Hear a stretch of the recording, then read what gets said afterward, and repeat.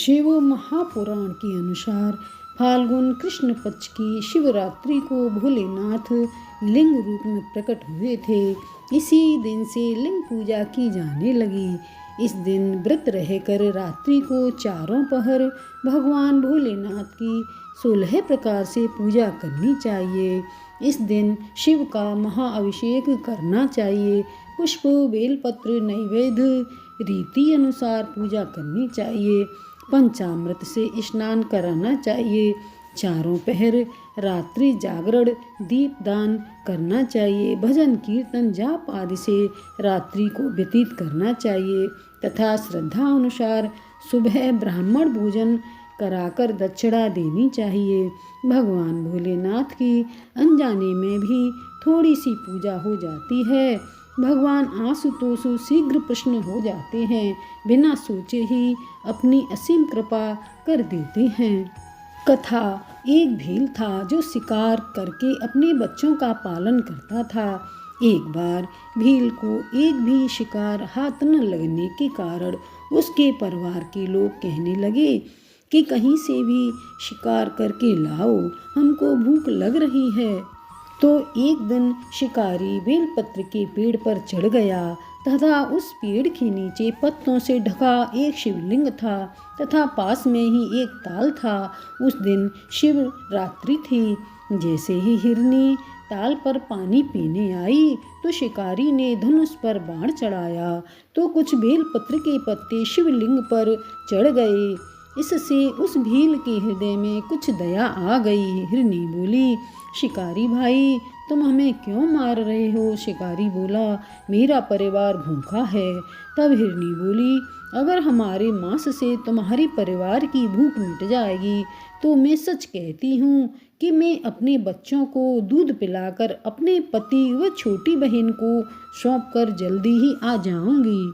अगर ना आऊं तो जो पाप विश्वासघाती को लगता है वह मुझे लगे। तब भील ने उसे जाने दिया। इतने में देर लगने के कारण छोटी हिरनी उसे देखने आई तो जैसे ही भील ने बाण ताना तो फिर बेलपत्र के पत्ते शिवलिंग पर गिर गए और चढ़ गए। भूखा तो था ही वह। इसी तरह उससे दोपहर की पूजा भी हो गई तथा उसके कुछ पाप भी समाप्त हो गए।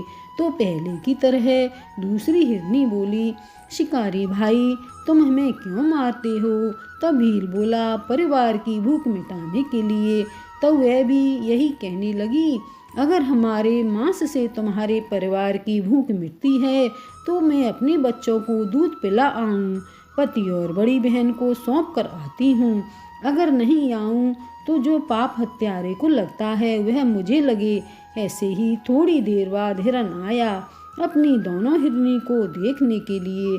तो फिर भील ने धनुष पर बाण चढ़ाया तो उस पेड़ के बेलपत्र के पत्ते झड़ गए। वे नीचे जाकर शिवलिंग पर चढ़ गए। इससे उसके तीसरे पहर की पूजा हो गई। तब हिरन बोला, भील भैया, हमें क्यों मारते हो? तो भील ने पहले कहा था वही बात हिरन से कही। तब हिरन बोला, मैं अपने बच्चों को अपनी पत्नी के पास छोड़कर अभी आता हूँ। अगर नहीं आता हूँ तो वह पाप लगे जो गुरु हत्यारे को लगता है। इस पर भील को दया आ गई तो उसने उसे भी जाने दिया। इधर हिरन व दोनों हिरनी भील से वादा करके गए थे तो वह आपस में कहने लगी कि पहले मैं जाऊं। तब हिरन बोला, माँ के बिना बच्चों का पालना कठिन है, इसलिए तुम यहाँ ही रहो, मैं जाता हूँ। तब हिरनी बोली, हे नाथ, पति के बिना तो पत्नी का जीवन ही बेकार है। तो फिर बच्चों को समझाकर तीनों जाने लगे। तब बच्चों ने सोचा, जब हमारे माता पिता ही जा रहे हैं तो हम जीवित रहकर क्या करेंगे? वे पीछे पीछे आने लगे। जब भील ने सबको देखा तो उसने सोचा, आज तो मेरे परिवार की भूख अच्छी तरह मिट जाएगी। उन्हें देखते ही उसने जैसे ही धनुष पर बाण चढ़ाया कि बारिश के कारण पत्तों पर पानी था, इसीलिए बेलपत्र के पत्ते व पानी शिवलिंग पर गिरते ही उसके चारों पहर की पूजा हो गई। दिन में कुछ भी न खाने के कारण निराहार व्रत हो गया। चारों पहर रात्रि में जगने से पूजा व जागरण भी हो गया। और वह बोला, मुझसे तो यह जानवर ही अच्छे हैं जो परोपकार के लिए अपना जीवन देने को आ गए। इतना मन में ख्याल आते ही उसी शिवलिंग से भोलेनाथ जी प्रकट हो गए और सबको जीवन दान दिया। भील को वरदान दिया, भगवान भोलेनाथ तो आशुतोष हैं, थोड़ी सी पूजा से ही प्रसन्न हो जाते हैं।